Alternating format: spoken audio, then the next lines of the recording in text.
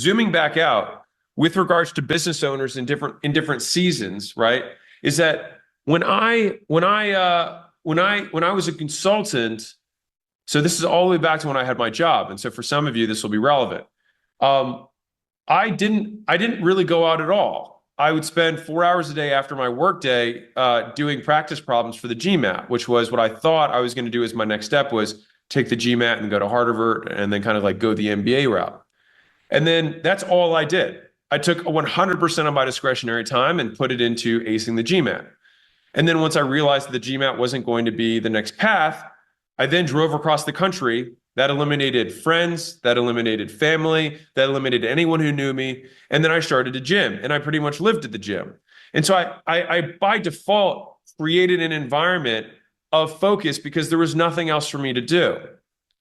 And so for that next chunk of time, I was just dedicated to making this gym work.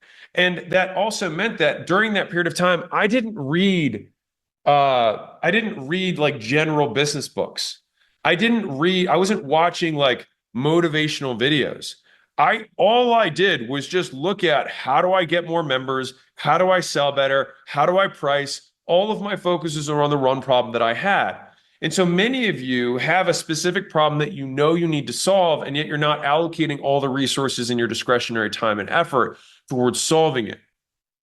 And so I think that what's interesting about this is we've seen on the 100, which is the little group that Kirby and I are running as a side project to see if we can do anything different on onboarding. And inside of that group, I think we've had 86% of people make $1. Is that correct? Yeah. And so 86% of people have made $1. And then I think something like 60% of people who had never made $1. So we had 3 cohorts inside of there. We had people who had made money on Skool but wanted to compete. We had people who had made money outside of Skool, so business owners in general who've made $1 and then they'd never made $1 on Skool. And then we had people who'd never made $1 anywhere. And so those are the 3 cohorts. Now, cohort number 1, people who'd already made money on Skool, all of them have made money. So that's 100%.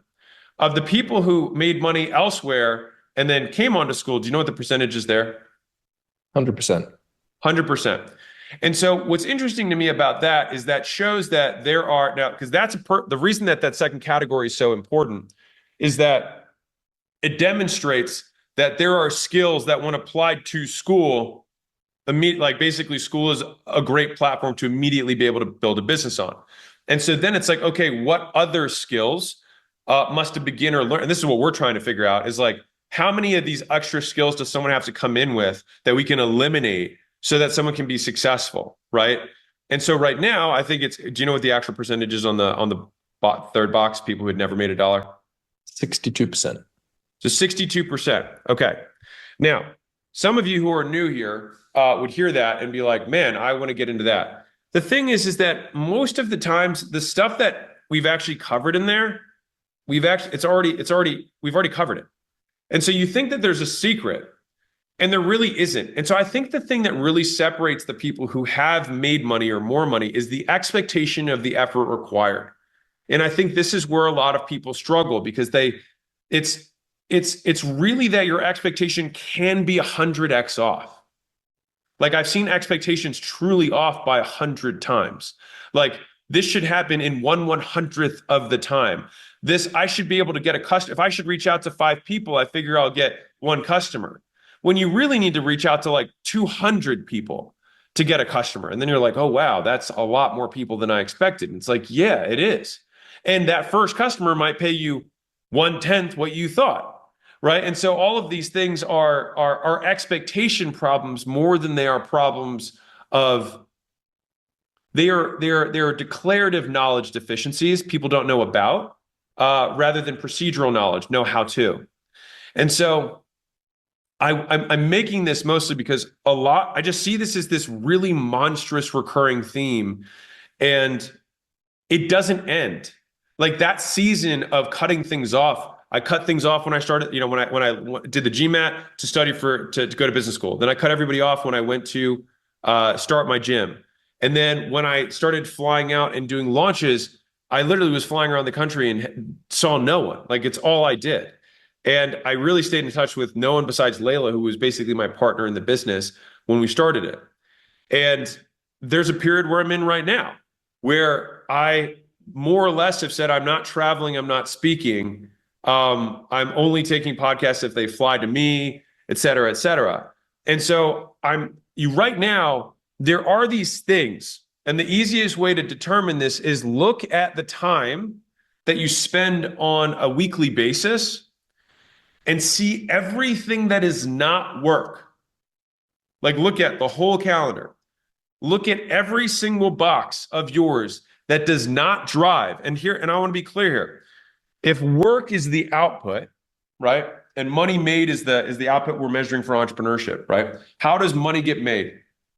So money gets made by at the most basic levels, converting attention into goods and services that are exchanged for money. That's it. That's the fundamental exchange that occurs. There's some person you have to get their attention, and then you have to be able to transact with them to make an exchange. That's it. And so when I say look at your calendar and then determine how much work you're doing, if it's not something that's getting you more leads, getting you more traffic, getting more people to come to your site, opt in, get contact in, give you contact info, whatever, and or increasing the likelihood that they convert and or transact with you, aka you sell them something, or increasing the likelihood that they retain, they resell, they refer, or they leave you a review, the 4 R's on the back end. If the thing that you're working on when you look at your calendar does not relate to any of those big 3 buckets, which is basically attract, convert, deliver. If you don't have anything that's occurring within those 3 buckets, then this is not work. And so it is actually unfocused of you to have those things. And I would say it's most common at the beginner level to have these things. At the advanced level, it's that you fill your time with work tasks that are not the constraint of the business. And so it's the idea that you are doing things because you like doing them rather than because it's what's required. And so I'll give you an example. So if I, for example, I love marketing, fine, right? That's what it is. So if I spend more time generating leads for my business, but my constraint of my business is my sales guys, I don't have enough sales guys to take the calls, then me generating more leads adds potential to the system, but not throughput because I'm limited by the number of sales guys. And the same would be true if I then increase the number of sales guys, but then I did increase my number of customer success or my delivery team or inventory if I had product. And so the issue is that in the beginning, you just work on a lot of stuff that's not work and you call it work. Later on, you work on a lot of things that are work, but are not the work that needs doing. And so it's a minor difference that happens. And I'm telling you, this happens at all stages. This happens at $1 million a year, $1 million a month, $1 million a week, all the way through. I've seen this across the board. So you're not too advanced to hear this. And I say this because this is something that I struggle with every day is like, is this the most important or highest leverage thing that I could be using with my time? And I think many of you are simply spending the vast majority of your time not working. You think you're working, but you're actually not. And I had a guy email the other day because I spent a day with a higher level group of business owners. So it was like 5 to 35 million was the room. It was 10 guys. And so like decent sized businesses. And he wrote this very nice email back and he said, the biggest lesson that I learned was like, I had heard of this amount of work ethic. He was like, but Alex didn't leave the room for 11 hours straight and he didn't stop the whole time. And he said, I'd never actually seen it. I'd never seen it. Right. And so I bring this up just because you have so much more in you that you can only tap into by removing everything else. And I think that when I've had these big breakthroughs in my life, it's because I was willing to say no. And the thing is that the more things you say no to, the more painful it is. Like, man, I love fantasy football with the boys. I love going out on Friday nights. I'm not saying that you have to do it forever. I'm just saying you do it for now. You just do it for a season. Because the thing is that these dedicated seasons is where sometimes you can pull 4 years of the future into your life in a matter of months. But you actually have to stick with it and you have to do it for that period of time because you have to confront the discomfort of not knowing. It's the unknown of figuring it out And so a lot of you continue to think that basically because you want to avoid the pain of not knowing what to do, you think you will solve that pain by doing more research. But again, you're trying to solve something with declarative knowledge, learning about something rather than procedural knowledge, which is learning how to do something. And the only way you learn how to sell is by getting on the phone. The only way you learn how to run ads is by running ads. Fine, you can read an article or two, but I promise you, you'll learn significantly more the day you actually start, and you'll look back. And for anybody who's a parent, I can imagine that you read a couple parenting books, and then you're like, it is not even close to what running, to actually having a child is like. And to the same degree, those of you who are starting a business now, if you read some business stuff, it wasn't anything close to what actually running a business is like. And so the goal of this, if I have one call to action for you guys who are listening right now, is to remove everything that is not the work that moves the business forward. And at the advanced level, it's making sure that the work that moves the business forward is the work that moves the business the most forward per unit of time. I could have an improvement in CRO. That would be like if I split test my landing page and I get a 5% lift. That's an improvement. I could try and work with the sales team to get them to close a little bit higher. That would be an improvement. But the biggest gains in my life came from asking the question or solving impossible questions, meaning, okay, what would need to occur in order for me to 10x this thing in a year? And then saying, what would have to be true? And then oftentimes there's only like one thing that has to be true for that to happen. And if I know what that one thing is, then the next question is, given the resource, time, and money that I have available to me right now, is it reasonable that I could accomplish that one thing in the next 12 months?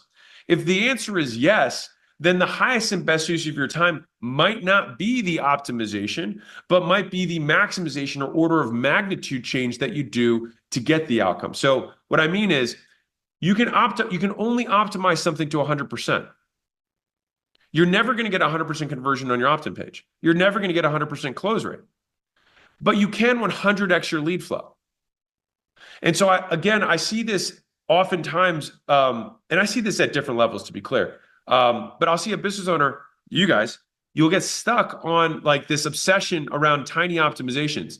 And at some point, you just got to do an order of magnitude more. You just got to blow more through the top so that you can get a huge increase, right? And so, and the only way that you'll be able to recognize that and dedicate the resources to it is to eliminate the hobbies, the people, the unmade decisions that are limiting you, and decreasing the time between once you know what you should do or need to do and actually beginning to do it. And I think that a lot of people spend too much time doing everything else, because I think that the people who are the most focused, when you actually watch them, you would be astounded by basically how simple it is.